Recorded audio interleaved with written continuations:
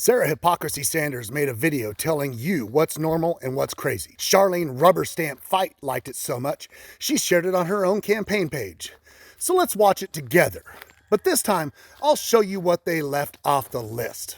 The dividing line in politics is no longer right versus left.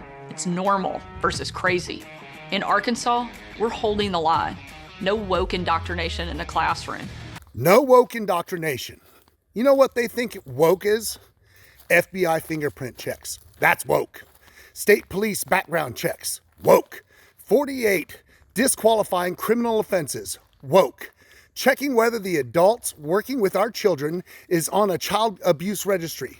Well, that's woke. That's what every public school in Arkansas does for every teacher, bus driver, janitor, cafeteria worker, and substitute before they ever walk through the doors.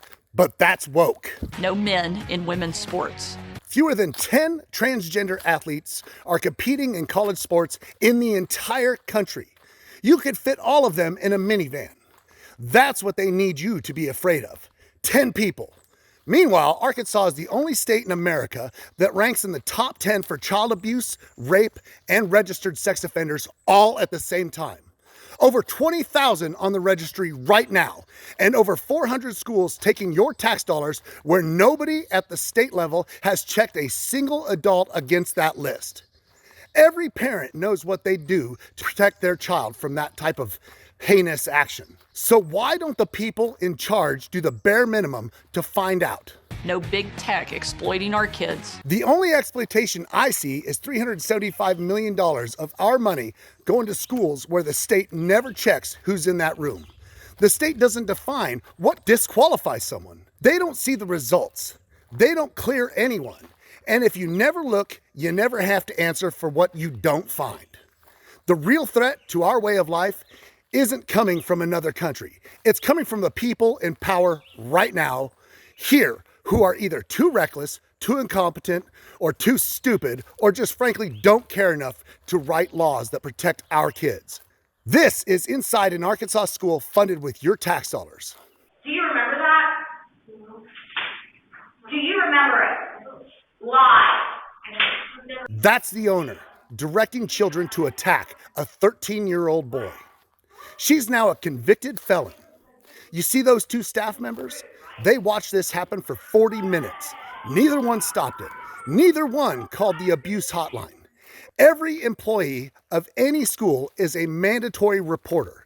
Not one of them reported it. A mother did.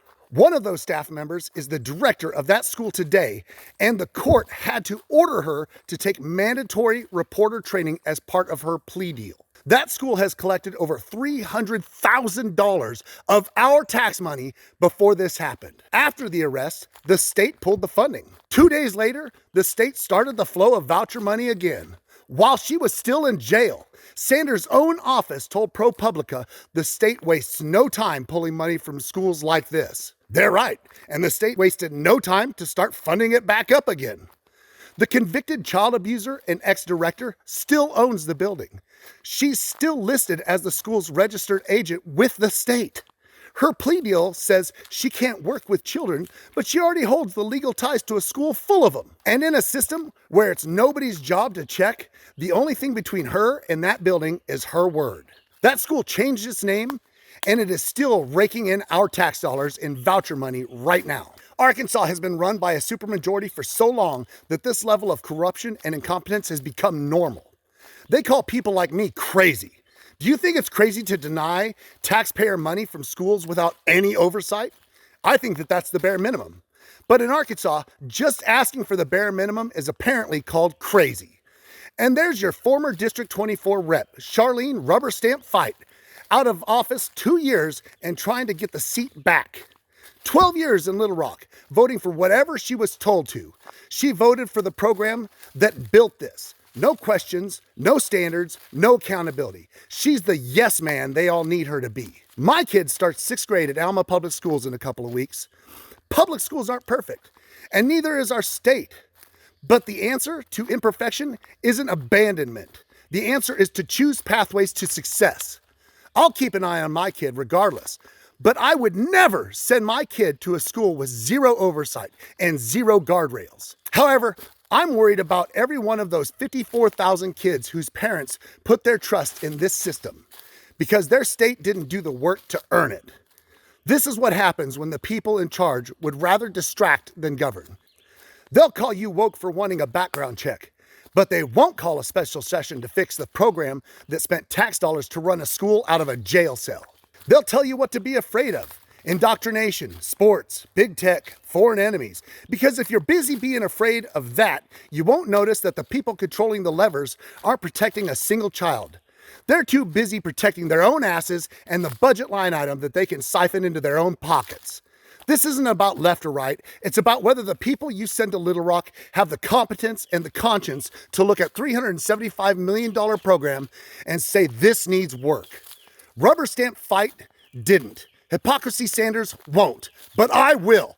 First session, if you haven't already, please join my Kin It to Win It plan. It's free, and I want every voice heard.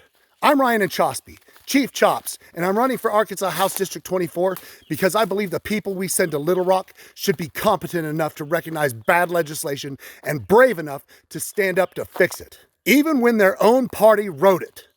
Driven by results, bound by honor.